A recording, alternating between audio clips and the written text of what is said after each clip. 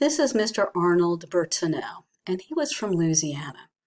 Mr. Bertineau is what's considered Creole, and that would be African American, French, possibly Spanish, and possibly Native American, so mixed race. Now, Mr. Bertineau looks white, but by Southern rules or culture at the time, anyone with one drop of African blood, with one African ancestor, was considered black, even though Mr. Bertineau is mixed race and could easily pass for white. And Mr. Bertineau and other activists of his day during Reconstruction actively challenged segregation laws.